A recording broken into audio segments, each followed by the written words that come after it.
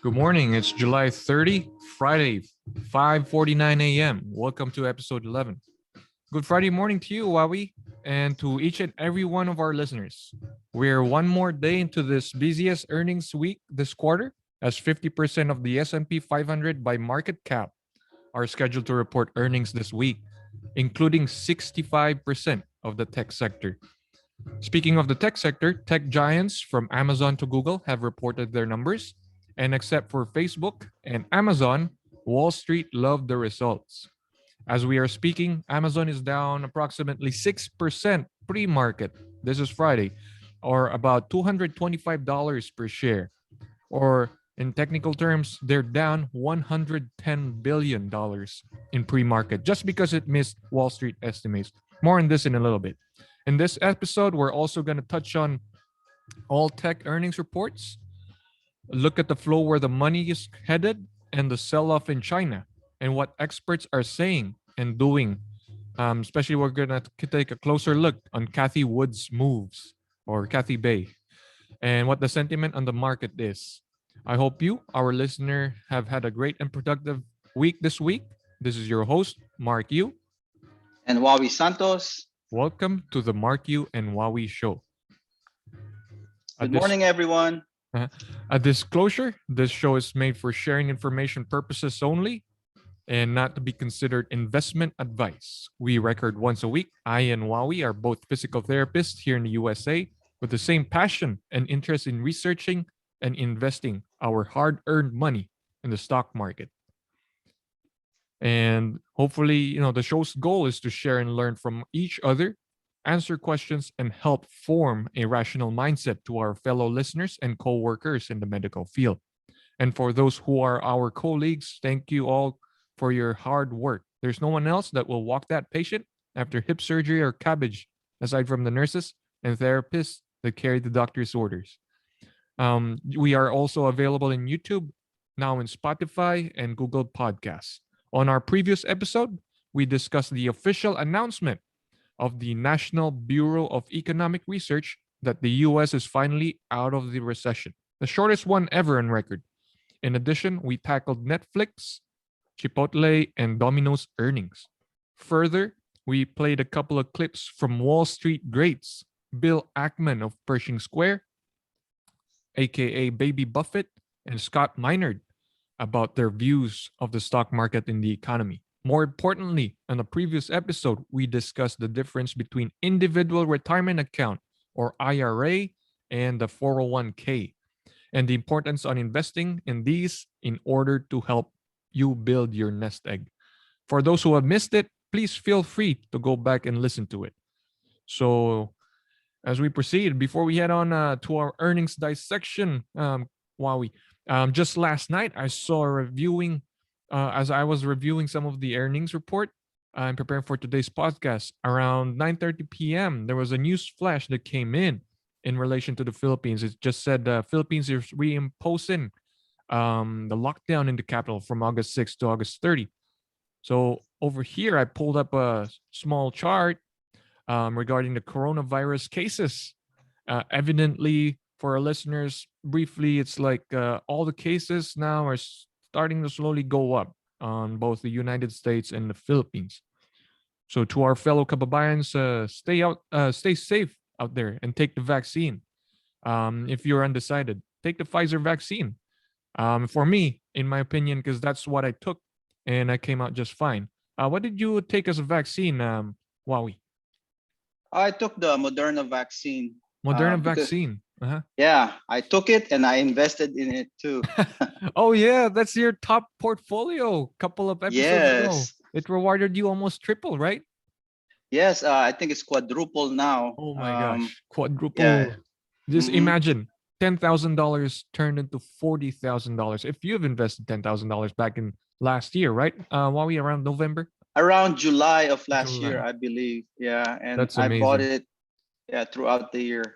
Amazing. And Uh, and you didn't feel any complications after the vaccine shots, or did you feel any fever, things like that?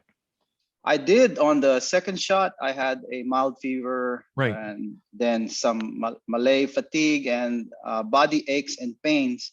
Uh-huh. but I took Tylenol and it got Yeah, me feeling better the next day. So 24-hour, 24 hours. yeah, That's also what I did actually. When I had this first shot, there was no problem. I also took the Tylenol right after having the shot. And then the second shot, I took some Tylenol. For listeners in the Philippines, it's like equivalent to probably paracetamol um, or biogesic. And a second shot, I also felt some slight warmth. And I cannot, like, I feel like Malay also as well the following day. mhm, So yeah, I think having the shot is definitely worth it. That way you can, try to avoid having the disease, the COVID disease. And also, I think Pfizer just came out of the report that after 4 months, their Pfizer's effectivity goes down to 84%. But 84% is still 84%, rather than having like 0% protection. Um, exactly. so I think their goal is by the end of the year, at least people ages 60 and older will get the booster. But we'll see what the FDA says. So yeah, Yeah, stay safe out there. majority Mhm. majority of the cases are the of new cases of COVID-19 are uh, not unvaccinated Right, the cases. unvaccinated Hmm. individuals who have less access or to vaccine shots, or those who Hmm. didn't want to get the shot. So as a result, the Philippines announced lockdown. The index actually in the Philippine Stock Exchange Index, which we rarely discuss in this podcast, but we will start looking at it as well, went down by 3%. So year to date, they're already losing like a good amount, 12% compared to the US, which is almost like 20% up. So completely inversely, not completely inversely related, but it's doing the opposite of what it's expected to do. So giving negative returns to investors. So for this episode, let's get to it. We're gonna move on and discuss what's up with Wall Street. Of course, it's all about the earnings, market industries, sentiments, and all that. The fear and greed. A couple of videos from Wall Street interviews this week about China and what their thoughts are, contrasting viewpoints.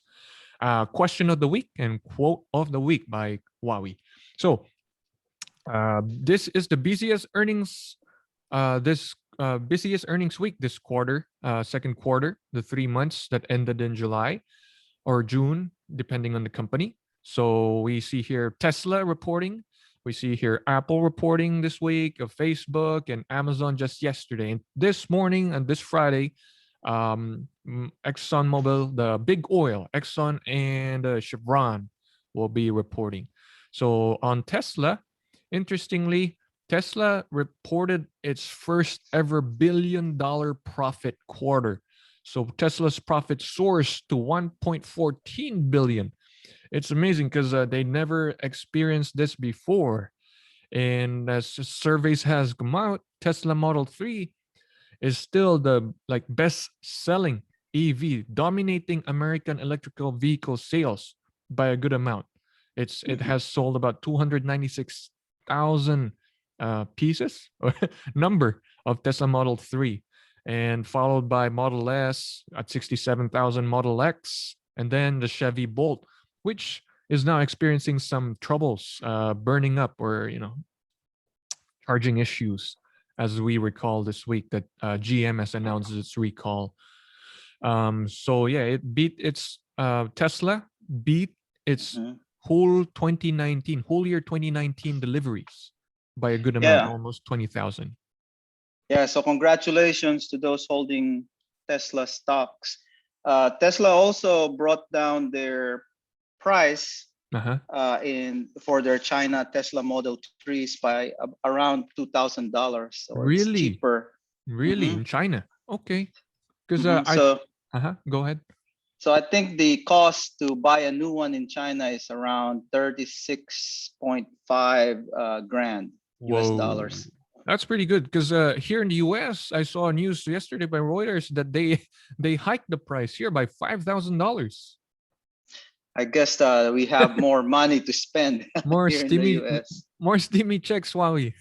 More stimmies Oh my to gosh. spend. Yes. So Tesla now it's like the world leader in terms of electrical vehicle. It's valued around 620 billion. I'm pretty sure this is gonna be going up a little bit this morning for sure. Secondarily, following Tesla's footsteps, lo and behold, it's Toyota.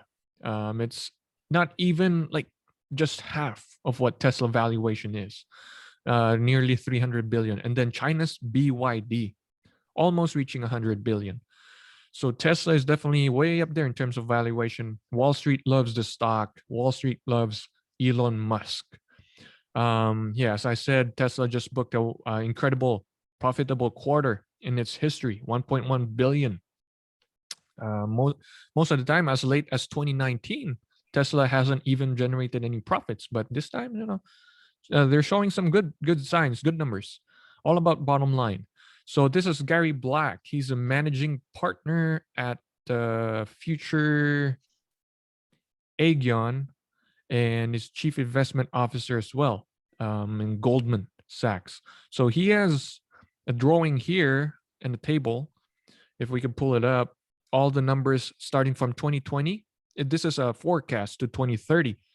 So he's looking at 55% growth in overall Tesla deliveries by 2030, and including in all his calculations, like here, it's all technicalities, compare CGR, EPS, earnings per share, all the jargons.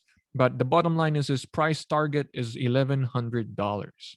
So it's quite a range from where we are now. I think, how much is Tesla at this point in time, Wowie? Can you check on that? Yeah, let's see. Maybe 600? 677. Yeah. 677. So it's quite a ways. There's a 40% increase from today's point of view. But keep in mind that his price target is 2030, about 9 years from now.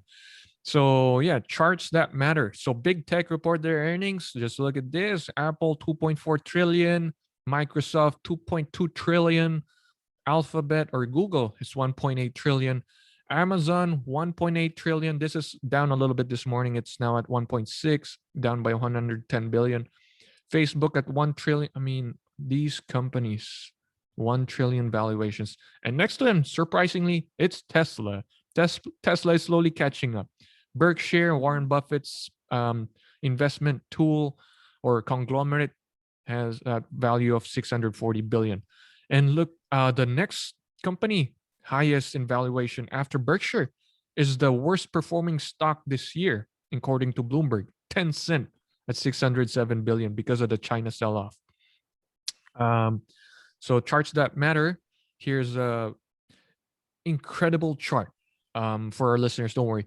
This just shows the combination of all sales of Alphabet or Google, Amazon, Apple, Facebook, Microsoft. If you add them all up, their sales for the first half of this year, January to June, almost equivalent or to 700 billion. That's a lot of like sales. And their profits have topped 150 billion. And this is the year that what could be the best year or biggest year ever, as Wall Street is looking at it. For the year, they're thinking that big tech could reach 1.5 trillion in sales. So big tech is definitely growing and growing. And right now, like Amazon, Apple, Google, Microsoft, and Facebook, as we have over and over repeated in our previous episodes, now comprise of 25% or 1/4 of the S&P 500. Just a note here from Brendan Connaughton, founder and managing partner of Catalyst Private Wealth. Anytime a sector that gets around 30% of the S&P 500, so we're reaching that, we're not 25%, a sector, big tech, usually something bad happens and it will go back down. So his examples were at 1930s industrial sector, that's during 1930s, oil and energy companies during 1970s, and when dot-com bubble burst in 1999, 2000, about 20 years ago. So tech was over 30%, for example, back in 2000, the tech bubble, when we saw it blew up, he said. At some point, these remain in check, and eventually 30%, that's what we're looking at in terms of like past performance. So definitely good to keep an eye on. So this is an article from Financial Times. Apple, Alphabet, and Microsoft. All these just like three companies rake in 57 billion quarterly profits.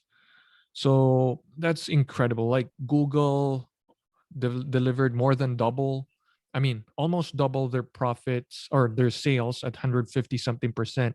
Apple doubled their sales. Their sales of iPhone specifically increased by 50%. Microsoft sales increased by 50%. It's just incredible in terms of their growth the previous quarter. So Apple revenue, and just gonna tackle go briefly through these numbers because I know it's a lot of numbers to intake. But revenue reached 81.4 billion versus 73 billion in estimates.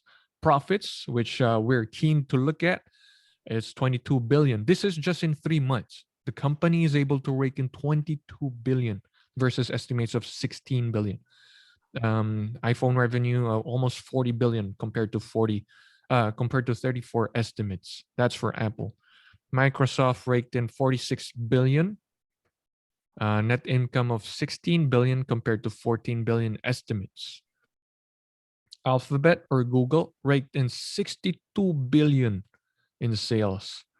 Let's see, 62 billion for Google. Apple recorded how much?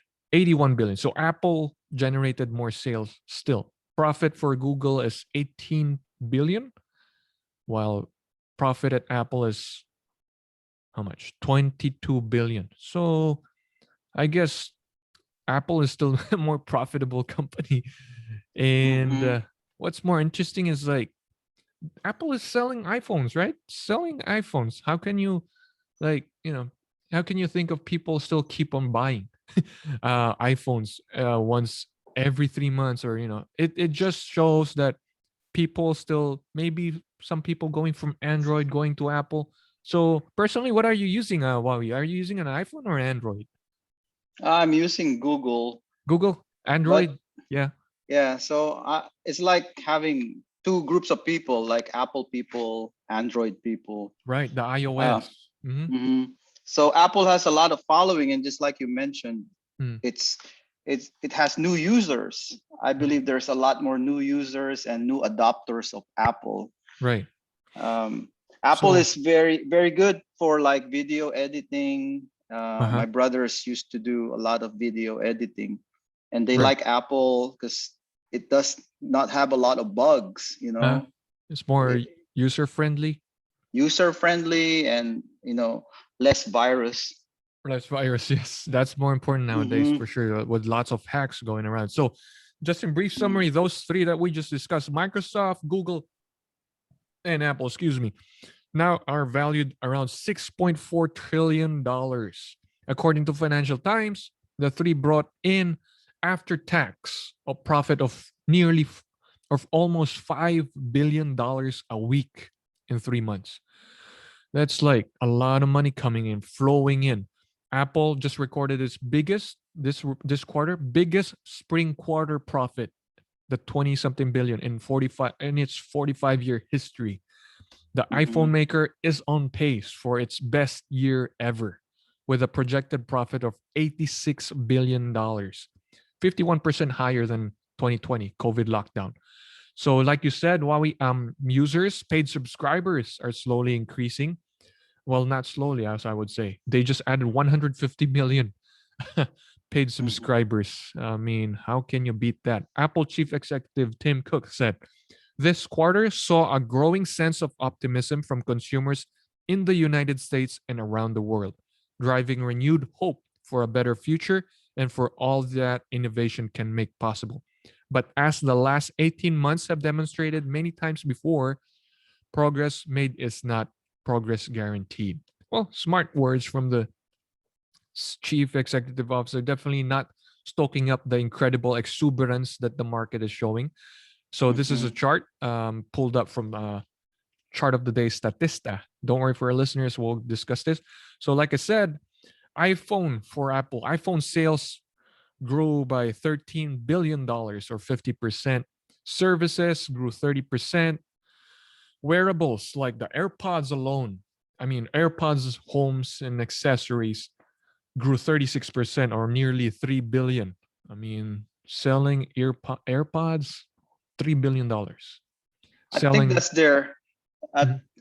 yeah, go ahead, Mark, and Sure, sure. I'll interject here in a little. Sure, yeah. MacBook, they're saying chip shortages that's been affecting this quarter still grew 16%, 1.1 billion. Shortage in chips and iPad grew 1.3 billion or 12%. So growth is definitely there for Apple. Apple's 65 billion side business, it says here. This is their Apple services segment from less than 20 billion back in 2013. Now it's 65 billion. I mean, this is just a cash flowing Yeah, machine, Huawei. Mhm. it is, and I think like Amazon, Apple is trying to get into the healthcare segment Right, with their accessories. And if you look at the diabetes rate in the United States and maybe right. even globally, there's a untapped. Well, they're getting into it. Mhm. Those diabetes monitors like from Dexcom and stuff. Right. It's already wireless, and now they can integrate that with their iWatch, Hmm. those portable accessories to Like, monitor the blood glucose levels. yes, I think. And Mhm. if you look at the trend with Teladoc and uh, Livongo, merging, Mhm.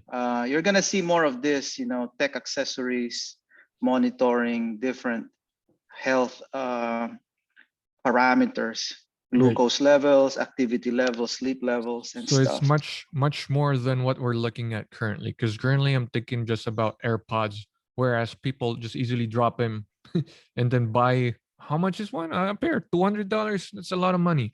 So Hmm. I think if they Yeah. can do the health integrated with a watch and maybe in the ears too, in the AirPods, then they would definitely probably sell a lot more. The what do you So call that? Huawei Apple ecosystem. That's what they call it.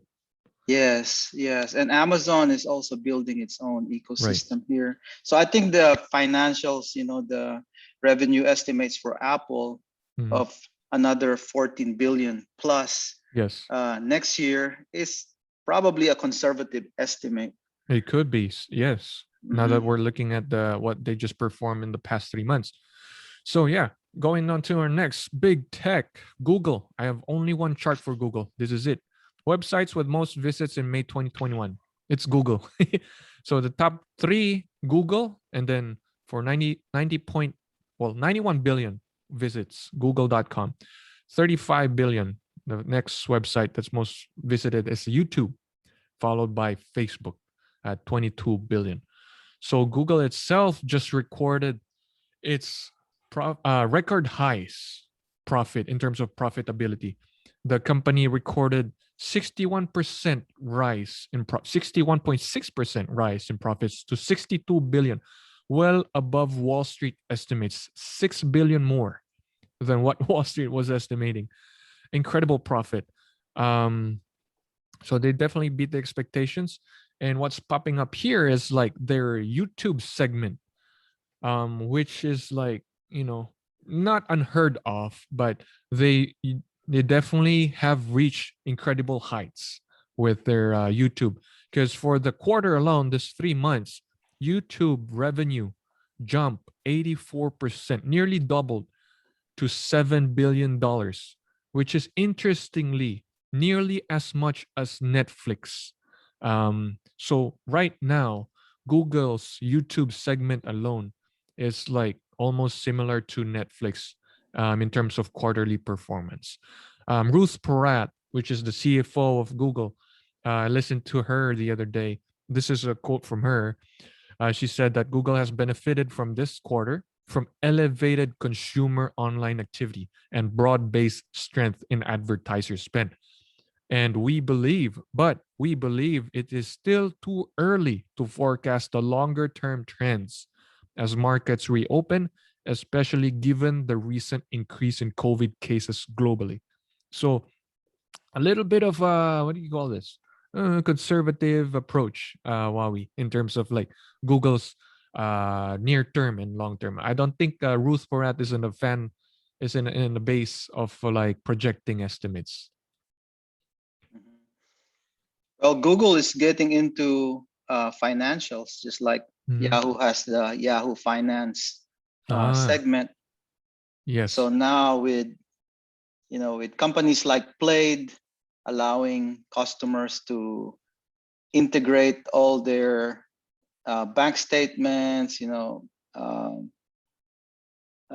investment portfolios, all in one. Yeah. You can. I recently looked at Google Finance and Uh-huh. I got an email to like, well, I got a notification to like to try to put my investment portfolio in there. Really? Okay. But S- yeah, So it's like a and tracker, sort of, but not accepting money at this time, right? um, I don't know, but because I did not put my portfolio in there, but Mhm. you can, and it would be good to find out how that works. Right. But there's another app I'm using. It's called Atom, and it's the same thing. You Mhm. can link your accounts Okay. uh, via Plaid, and you can uh, track your portfolio that way. So I Right. think we're going into that trend since we Right. have a lot more retail investors in the market. Yes. They're and that's gonna increase their user base. Yes. Like more information nowadays is definitely a must. Like if you want to be on top of things, like what we're doing, Mommy, like, we share information freely. And this is how we digest, how we learn about the market and how we justify why we keep investing in the stock market. So I'm Mhm. definitely not in contrary to that. I believe like finance knowledge education is the key. So yeah, so in comparison, Wowie, I just pulled up some information on PayPal, Visa, and McDonald's. So we're not gonna dive into these, but so just remember, Google delivered $62 billion in revenue, and what amount of profit? Like around 30, oh no, $20 billion in profit. So PayPal, for the second quarter, generated 6 billion. Just I'm not just minimizing this was just 6 billion, but in comparison, I mean, it's Google delivered like 10 times what PayPal did the last quarter. Visa, which is very known to anyone, like people around the world use credit cards, and usually it's either MasterCard or Visa. Sometimes it's American Express, but those are the top three. Visa generated 6 billion revenue in this quarter. And the well-known McDonald's restaurant fast food chain delivered 5.9 billion revenue. So all of these great companies, comparison to Google or Apple's 81 billion, it's just like astounding. Like these are the creme de la creme of making money. So Microsoft, I mean, as we've discussed earlier, it's a little bit sort of boring for me for Microsoft, but they just consistently also grow their business. So revenue for Microsoft increased by 20% to 46 billion. Net income at that 16.5 billion, almost 20 billion, still twice or more than about 1.5%, 150% more than what the PayPal or Visa or McDonald's revenue is. And this is profits, like after tax, cashing money in the pocket for Microsoft. So in total, 57 for these three companies, they generated $57 billion in profit in just 3 months, or generating $620 million per day last quarter. So the tech downers, as I would say, tech downers, both Facebook and Amazon. Well, Facebook, here's a article from CNBC, says Facebook beats earnings expectations but warns of significant growth slowdown. So what's interesting here is Facebook actually met expectations, exceeded expectations. They generated 29 billion revenue, or an increase of 56% from last year. So still a good amount. It's like similar to what the other companies have reported. Um, Net profit of $10 billion.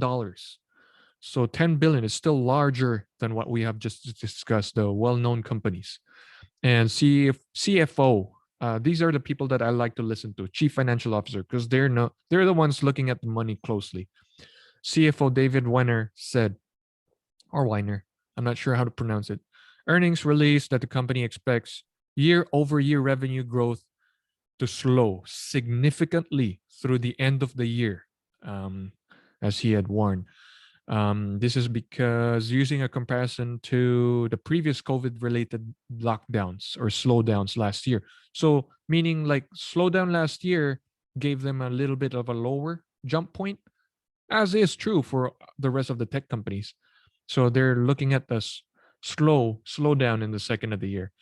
He reiterated the changes Apple made to user tracking in the iOS.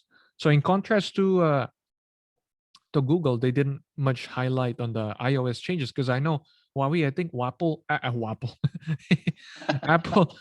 iOS is making That's some our changes. breakfast for this morning.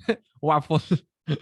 I haven't had that for a while, but yeah, Apple iOS are there tweaking some things because of the privacy issues. So more likely, I think Facebook is encountering some of these changes. So this is an article from Forbes back in January of this year. It says they're already projecting that Apple privacy change would cost Facebook and Google about 25 billion in the next 12 months. So Google could lose about 17 billion in revenue, while Facebook perhaps would lose at least 8 billion. So as we know, Google has about 60 billion just in one quarter.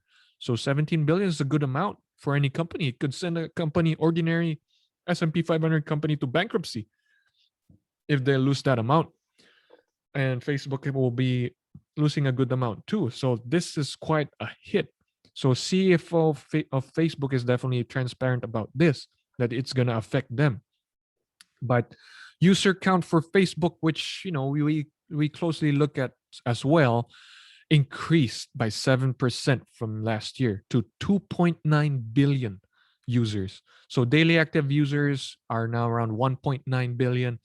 And across other platforms, WhatsApp, Instagram, and Facebook itself, Facebook reported a user base of 3.51 billion users using its app.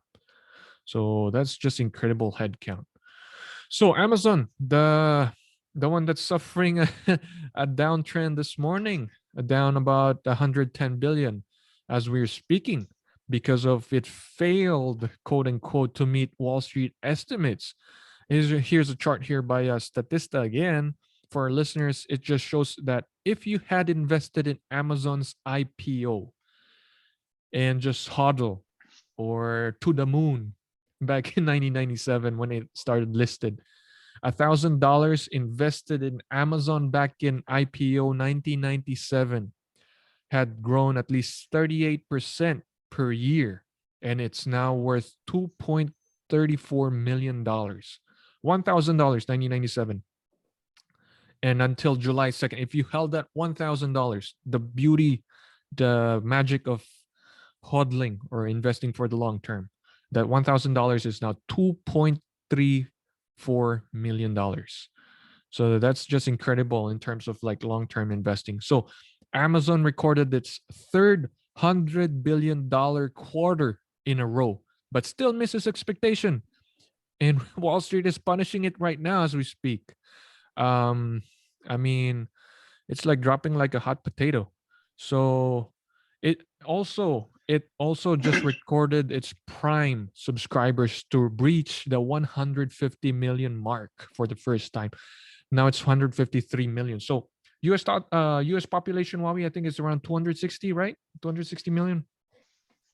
So I think U.S. population is 300 million. 300 million. So right now it's 150 million. So they're getting there. This is worldwide Prime subscribers. So I'm not. So overseas as well, they're increasing Prime payers or Prime subscribers. The 2-day shipping, 1-day shipping, same day shipping. So revenue. The thing is, this revenue. This is the third quarter that they reached the top 100 billion. Sales of Amazon top 113 billion. It rose 27%. But get this, they missed the Wall Street estimates of 115 billion. I mean, Wall Street is just expecting too much, I think, for this company. I mean, Apple, for one, selling iPhones, they generated 84 billion. And then Amazon, 113 billion. I mean, what more can you ask for? Profit, they also they met profit at least $15 per share compared to $12 Wall Street estimates.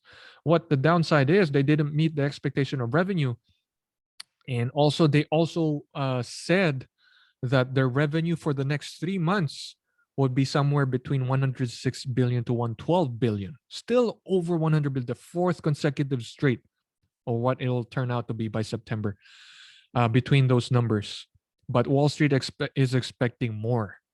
They're expecting 118.7 billion compared to 106, 112 billion that Amazon expecting. Thus, uh, Amazon's stock price is going down like a hot potato this morning. But I bet some of the dip buyers out there who has the cash, $3,400 a share, would get into it. Or like one of our members in the group, last night, he asked, Pradeep said that he's gonna go get into calls, some options, looking bullish on the company. I mean, you can never go wrong, I would say it on Amazon. I mean, $100 billion per quarter, and they're still expecting more to come in the next quarter.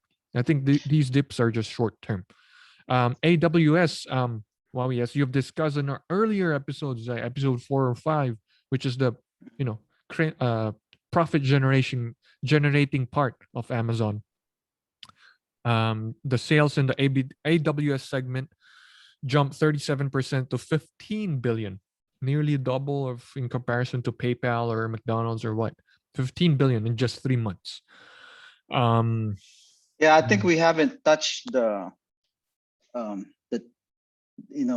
it's just the tip of the iceberg, in my opinion. Yes. The world online market, right, is a huge market, and Amazon is the leader, in my opinion. Mhm. I know we have other companies out there like C Limited, we Right. have Alibaba, but with Amazon's cloud system Mhm.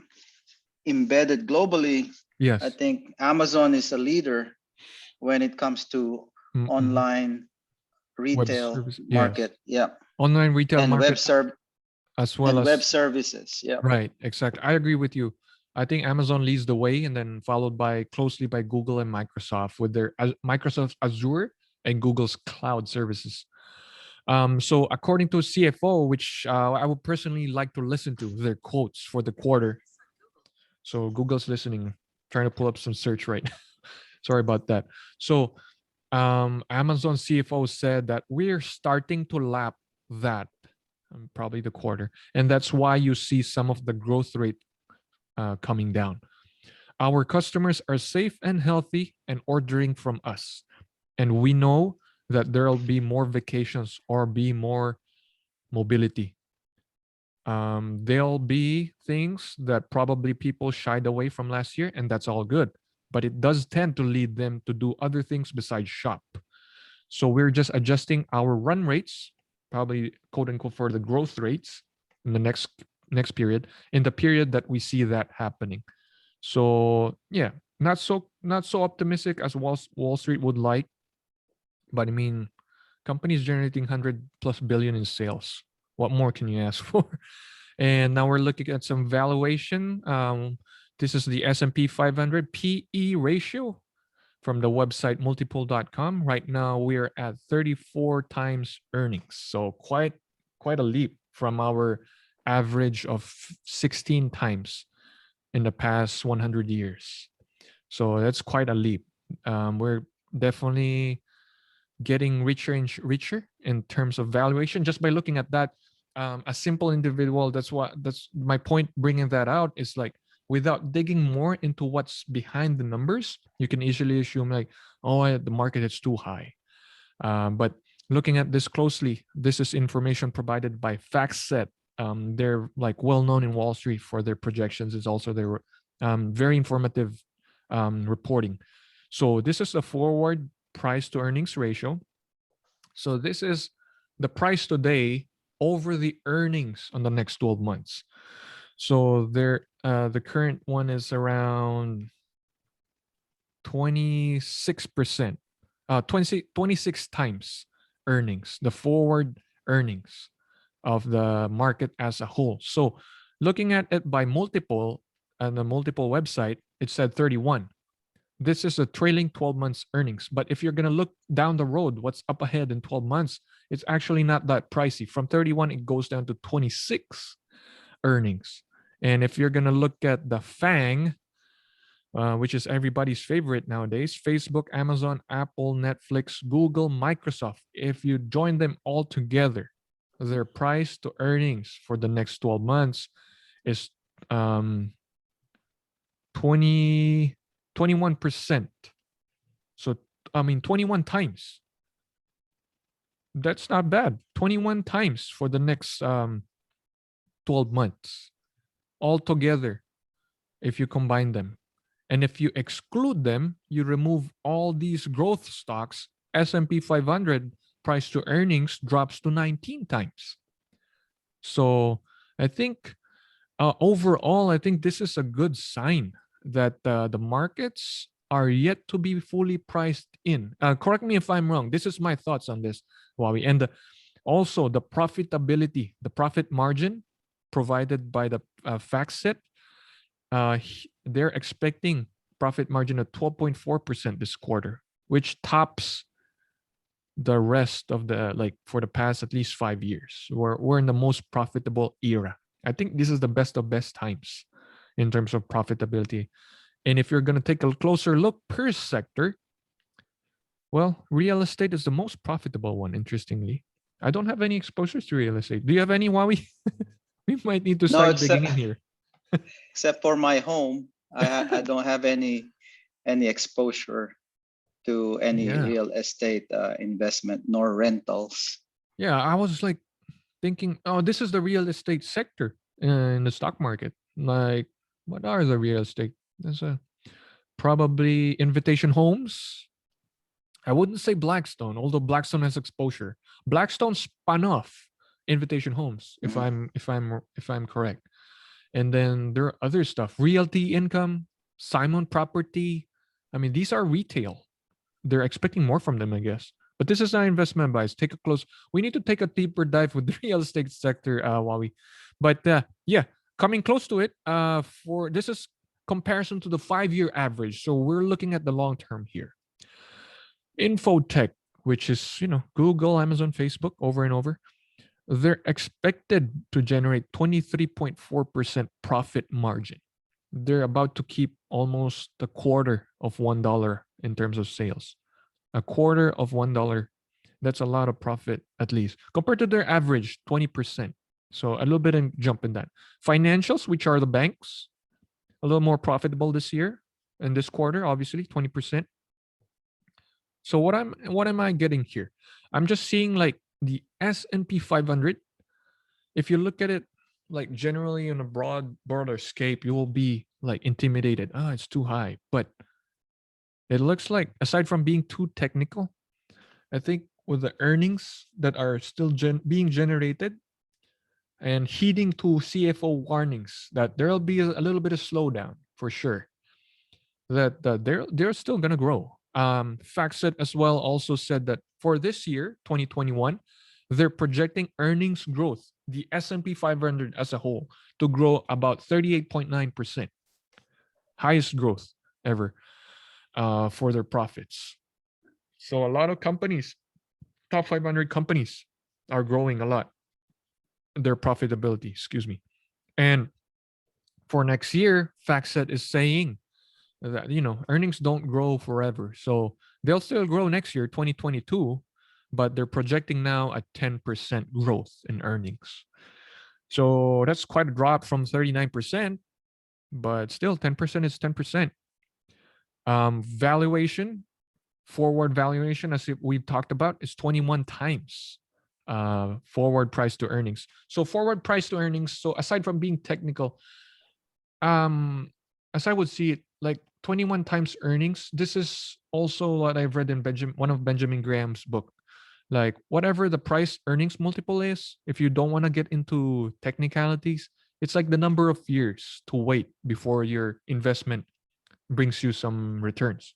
So right now we're looking at about 21 years wait to get a positive return if you invested in the SP 500 compared to the 10-year average of 16 times.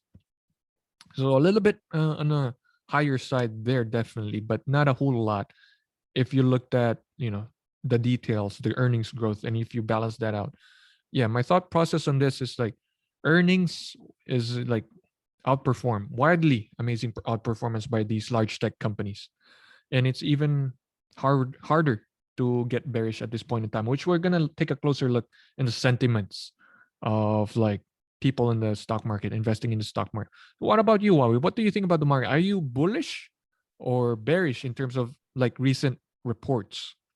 Well, you can't help to be bullish Mm-hmm. because all the factors to push the market up is there. Number one on my mind is the push for antitrust Uh-huh. Yeah. regulation for these big mega cap companies is Mm-hmm. not there. So there's nothing stopping them. There's Mm-hmm. nothing reining them down. Yes. So you should expect more growth from these big companies like these Yes. FANG companies. Yes. Just look at Microsoft back. That reminds me, the antitrust. Wow, good thing you pointed out the politics behind all of this. I mean, the economics, the politics, the stock prices. Somehow they're Mhm, interrelated, but they don't like work that quick. You tend to balance whatever it is, the risk that you want to take, and just hold for the long term. mhm. So Microsoft back in the day, they thought like they're gonna break them up, but look at them now. They're like $2 trillion, $2 trillion company. Yeah, I Um, think it will be stupid for them to do that now because it will. It, what's the purpose, right? right. I know it's to increase Excuse me. competition, but there would be no new entrants, in my opinion, that can provide the same service quality that these big Right. companies are doing. Yes. Well, Well, I may be mistaken. yeah. I mean, Somebody. it's always good to share what you think about, all over these Mhm, companies. Like they're just incredible. I mean, words cannot define it. So mhm, S&P earnings, the trend $131 as of March 2021. This is forever increasing, hopefully, as we go on. The mean average is $35. See, if you just look at the average, then you would say earnings, they're way overblown. But I mean, they're ever just growing. Look at it this way. The mean is $35 a share. I don't think the earnings would be stuck in 35 range. It'll just keep on growing. Fact set for one is they're expecting 40% for this year. So if you're gonna calculate what happened, the earnings last year or as of March, 132, multiply it by 39% growth, and the S&P 500 this year, we're looking at 26 times earnings, price to earnings ratio. So it's still lower than the 31 times earlier that was shown. So yeah, it's hard to get bearish on this point in time, but always buckle up. You never know. So we're jumping on to the next segment, weekly flows. So this is a report by Bank of America provided to their investors on a weekly basis. ETFs are receiving a lot of funds going into them as of previous 719 to 723 as of their latest survey or research. ETFs are growing in terms of investments being received, followed by financials, real estate again. Well, we need to take a closer look on this real estate mhm, thing. What's going on in there? mhm, Flow, no end in sight per Bloomberg. Equity ETFs have already taken in more cash in 2021, 7 months into 2021, January to July, than any year before. That's incredible. So people are dumping their cash in ETFs, not individual stocks, but ETFs. So this is another bullish article from Bloomberg. Stock bulls look toward toward $17 trillion, burning a hole in pockets. So in summary, it's like they have $17 trillion just waiting on the sidelines. I mean, money market and bank account balances are still overflowing. Power of retail army was on display. Um, then week's rebound. So it's hard to get bearish. Money market accounts still contain about 1.5 trillion, which is about $400 billion more before COVID, like here. So cash is king. This is the equity ETFs. They're receiving a lot more cash in history.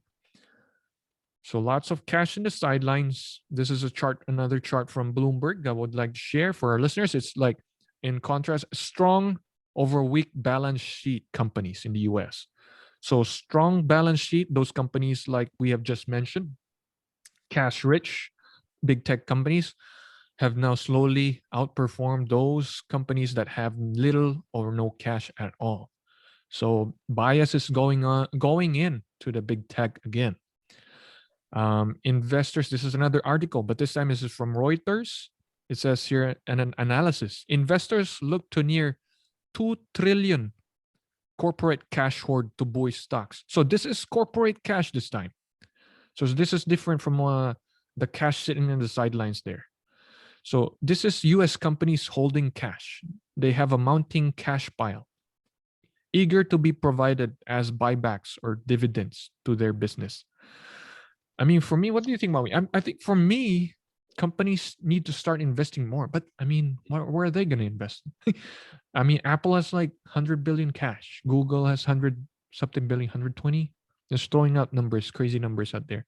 Cash balances on S&P Farm swelled to 1.9 trillion compared to 1.5 trillion before the pandemic crisis. So they're even getting So what I'm seeing richer. is like they're just putting money where it's easiest to put the Mhm. money in, which is Right. in the stock market. Yes. I, Buying their stock. Mhm. if you don't know where to put your money, where else will you put it, right? You're not Yeah. gonna put it in the bank. Mhm. Definitely. You're either gonna buy something or invest it in something. Yes. The There. problem is Mhm. um, the I don't think buyers are, well, there may have been an increase in car buying, right? Right. Automotive sales have increased. So I think what the trend that you're seeing here on your charts when it comes to real estate Mhm. is people are just waiting for home prices to go down, and then they're gonna dive in Uh-huh. and start investing in the housing market. Which I could think, further propel house prices to new heights. yes. So that's what I'm seeing. We should see an increase in home buying as soon as the home prices start going down.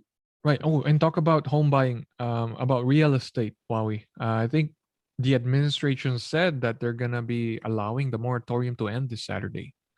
So that's something to keep in close eye on, as I believe 3.6 million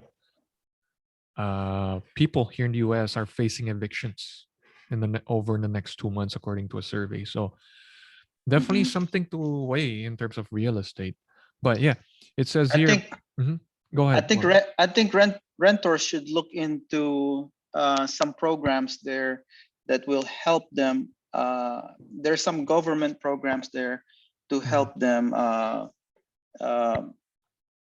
get some funds to pay their rent. And I Yeah. forgot what it's called.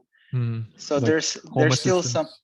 yeah, there's still some rent assistance. I would say look That's into HUD, like housing something development, mhm, HUD. There are different kind of HUD per state, and they give mhm. out vouchers. I think they're very Yes. supportive of their people, of the renters that are encountering like financial hardships. So I think they need to research that Hmm. because from what I heard yesterday, 40% of um, landlords don't know about the program. Hmm. So they're not sharing it with their renters. Right. And majority of the renters don't know about the program. So Yes. there's a program out there to help people that are Mhm. a threat for being evicted from their apartments. Yes. The So last thing you don't you the last thing you want to be in a position at is like out in the wilds in the cold weather during winter without any like, housing if mhm. you're being evicted. Yeah, but going back, so lots of cash in the corporate balance sheet, according to the CEO of Tal Bakken Capital Advisors. High corporate cash balances are a nice, subtle form of market support. With all the talk about markets getting ahead of themselves and aggressive valuations, this provides market support into 2022 and 2023.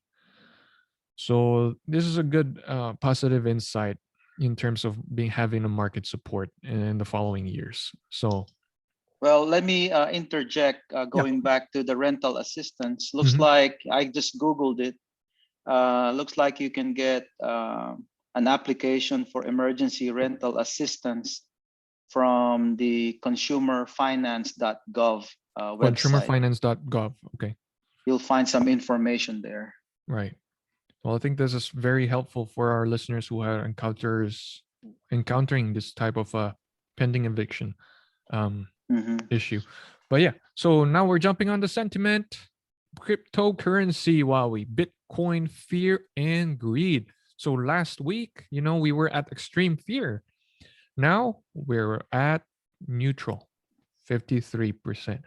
So looks like Bitcoin is finally showing some signs of life from 30,000. Now it's up to 38,500.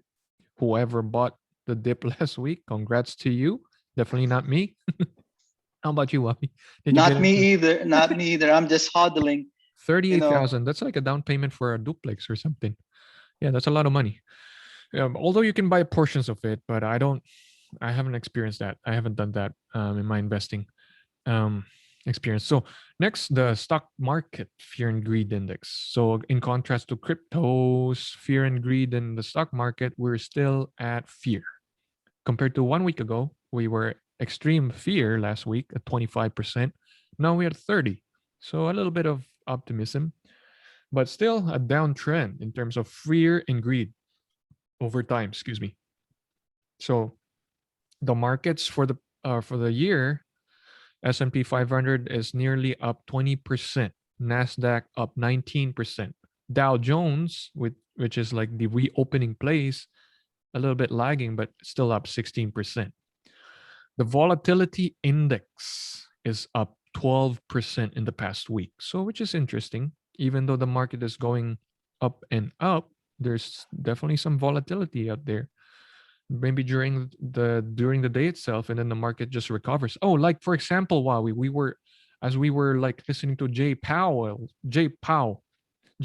Federal Reserve's chairman Jay Powell, Wednesday, the market was in a decline. And the moment he testifies or delivers his report, the market slowly bounced back up and ended flat during the day, which is interesting. The American Association of Individual Investors, as of this week, look at this. They turned bullish finally. They turned bullish from last week's 30.6%. They're now bullish 36.2%. And the bears from 30% last week, they're down to 24%.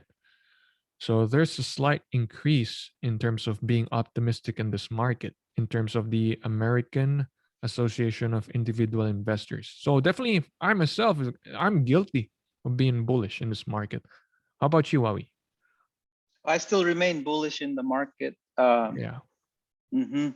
So uh, at least for the short term.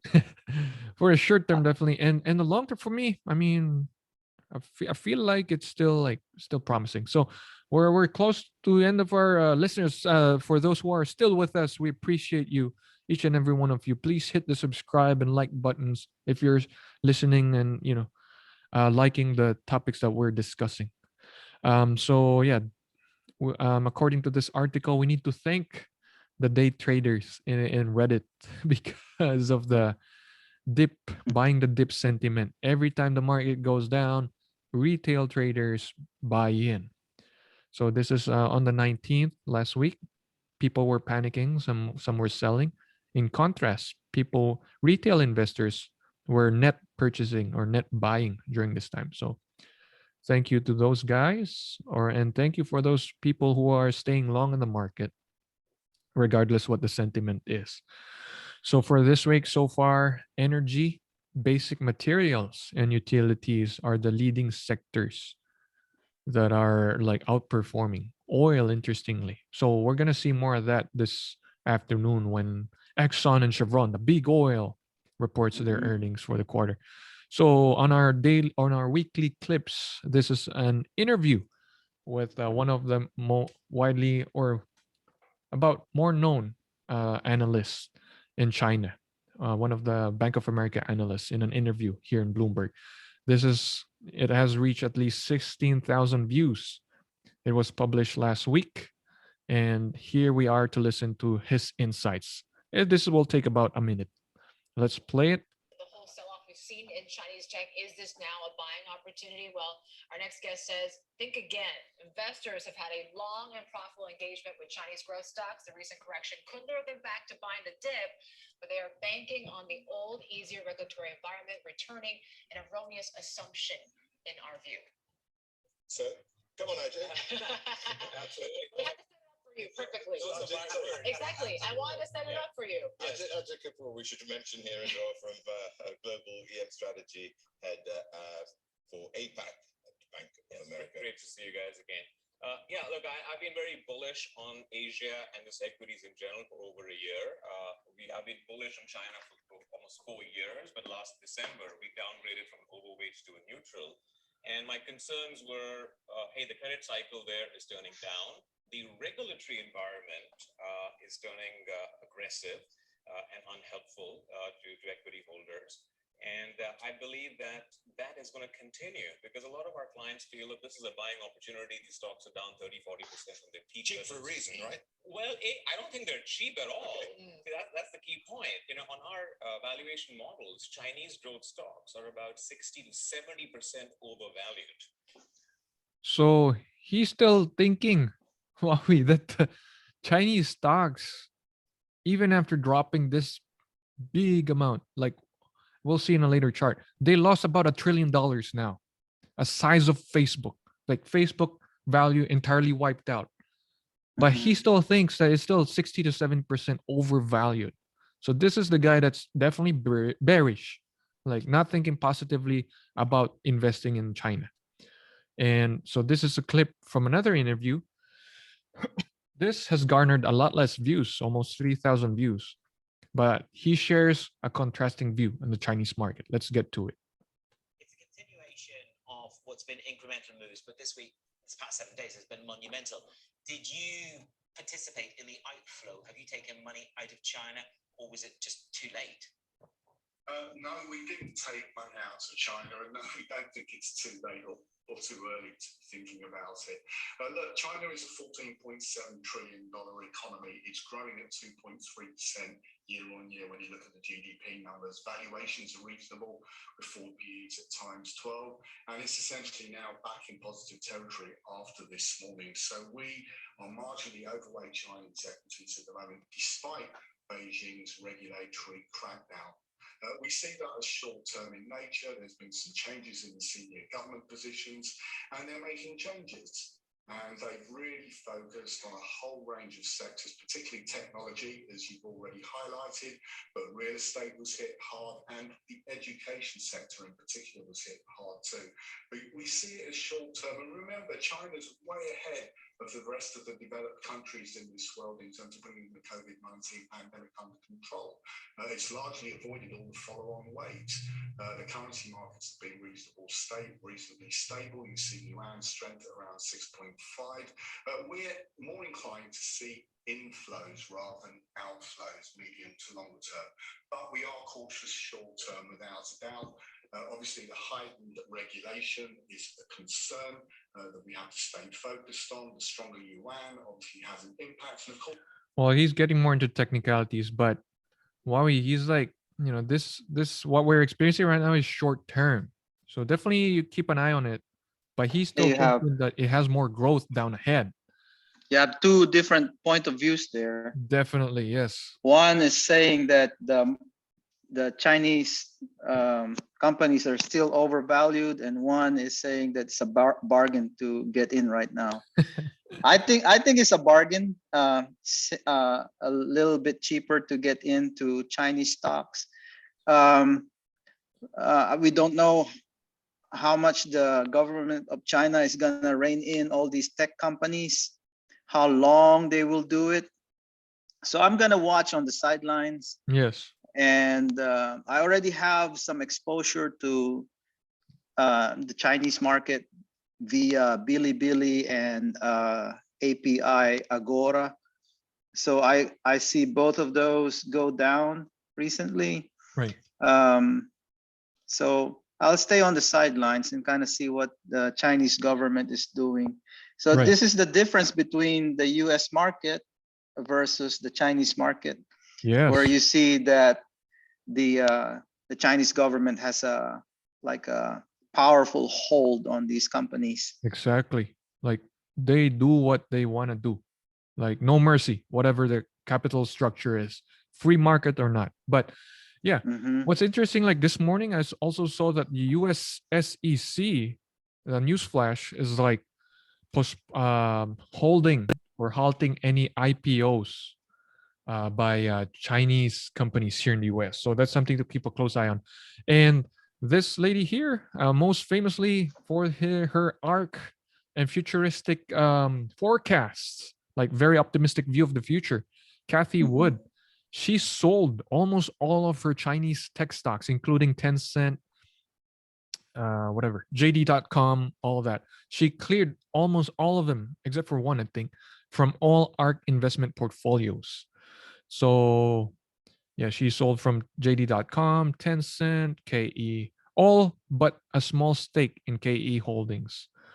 So it says here, from a valuation point of view, these stocks have come down and again from a valuation point of view and probably will remain down. So she's definitely pessimistic.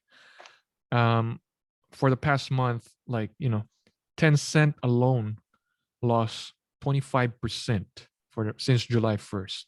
That's a lot of damage if you're holding a lot. So I don't blame her. Maybe she's looking forward to like moving the capital elsewhere, which we're going to tackle in a few minutes. We're going to look at what's her recent buy, which just happened yesterday. So yeah, this is what I was referring to earlier. China Tech lost 1 trillion valuation so far this year. Tencent lost 400 billion in capital. Alibaba 338 billion. I mean, these are enormous numbers. And definitely no fund manager likes to be having like holding these stocks. But for some of those who are like optimistic about China, I mean, I think it's better for us to take a closer look on these companies in the following episodes. I myself, I have Tencent and Alibaba exposure, not a whole lot compared to my top one, which is Google now and Apple. One, just a little bit difference from each other's in terms of like investment exposure. But yeah, so this was since the article was published. That since Kathy Wood sold her stock, July 27th. Chinese tech actually slowly bounced up. So we're not sure if it's a bounce or it will go down, but definitely something to keep an eye on. Chinese stocks are definitely on sale. So now we're gonna head on to our question of the week. Are you ready, Wawi? Yeah, let me just interject again regarding China. Sure. I think we have to remind ourselves it's still a socialist country. So, Mhm. and you can see the reflection of that with their recent decision on forcing the after-school tutoring companies to shift from for-profit to non-profit. Right. So, I don't know, but I think that's the whole point in this thing, is that they're still moving in a socialist way, making decisions in a socialist way. Um, and I think there's some positives to that because they're looking out for their citizens and making sure that these big companies are not gonna overrun. So it's like a check. They're doing a check on things right now. Yeah. But Keeping, expect China to come back. Expect China to come back. I believe so. So, Yeah. mhm, They'll so come if back roaring. it may come back roaring, so hold on to your Chinese stocks and Yes, Chinese sir. shares if you have those. Like hodl. HODL, yep. Hodl to the moon. Okay, let's play the question of the week. This is coming from Lori, one of our members in our private Facebook Messenger group, and she just started investing also, I think, within the past year. So this is her question. Let's play it. Hi, can you discuss the benefits of having a Roth IRA? Thank you. All right, I'll let you answer this, Wowie. The benefits of IRA. Well, thank you, Lori, for asking the question.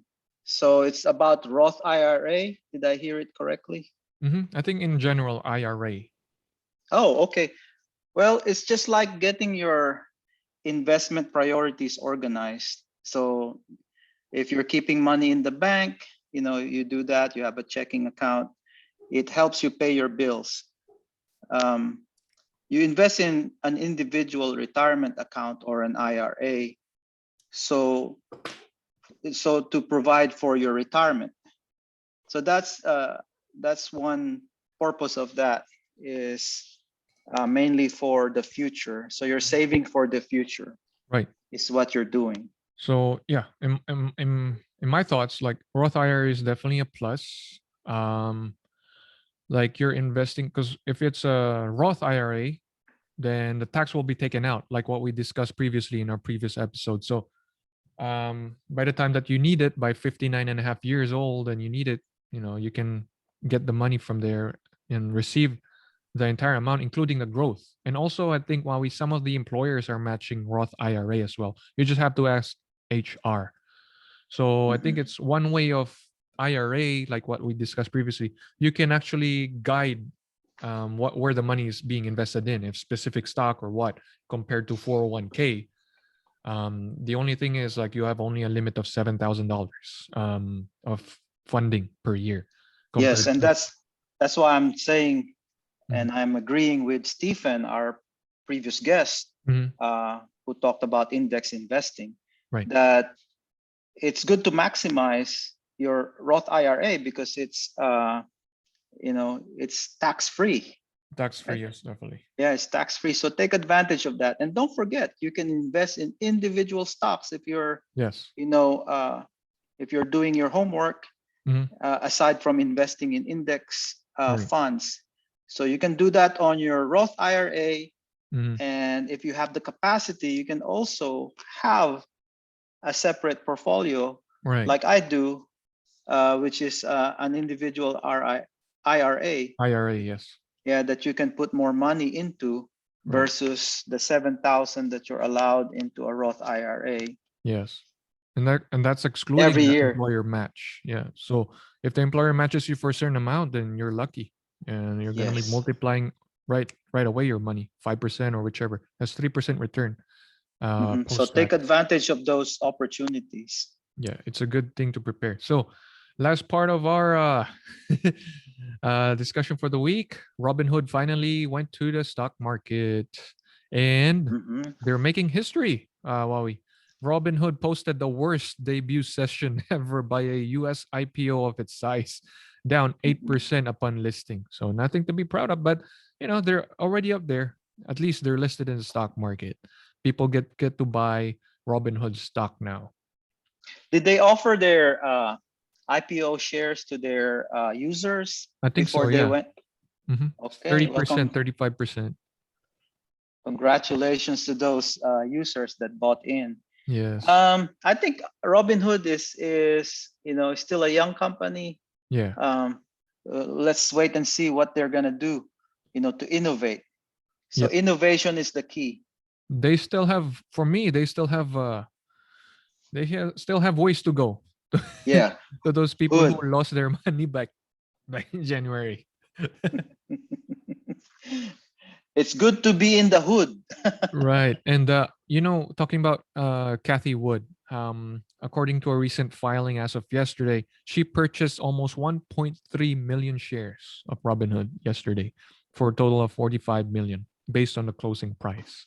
So she's seeing something in there. Yeah, so she sold all of her investments in the China, and then not bought not use all of them to invest, but at least invested 45 million worth here in Robinhood. So interestingly, yeah, I guess we'll see how it goes. Robinhood taking it closer, next step higher, as it's now publicly listed. So I guess before we end, So what's in store in the future, right? So Yeah. stock market of the future, international stock market of the future, Robinhood. Robinhood, and they also deal with cryptocurrencies. So that's quite a mix there. And some stock brokerages like IBKR, the ones I'm using, also announced that they're gonna dabble into crypto. So we'll see how that goes. But yeah, Wabi, do you have any quote for us for the week before we end? Yeah. So I'm gonna take a quote from from the I Ching. Mhm. When adornment becomes excessive, beauty comes to an end. So if you have a lot of decorations, right? Mhm. Beauty is surpassed. You can't. I mean, it's overwhelmed. You don't see beauty anymore because there's a lot of adornment. It and I just used that quote from the I Ching just because to remind people that when you're working on your portfolio and you start accumulating a lot of stuff, a lot of stocks and funds and stuff, it's time to rebalance sometimes. Right. Simplify your portfolio, and then this can also be a strategy for your own life as well. So we all accumulate a lot of things, so don't forget to dispose of things that you don't need anymore. Don't be a hoarder. Don't hoard. Stop hoarding. Yes, do Pero not yeah, hoard. definitely that's a great quote, Wawi. Once and again, because you get blinded easily. I mean, you just accumulate, and you get blinded. You tend to what they call it confirmatory bias. Like you only want to hear what you want to hear. So I think that's one thing to keep an eye on as well.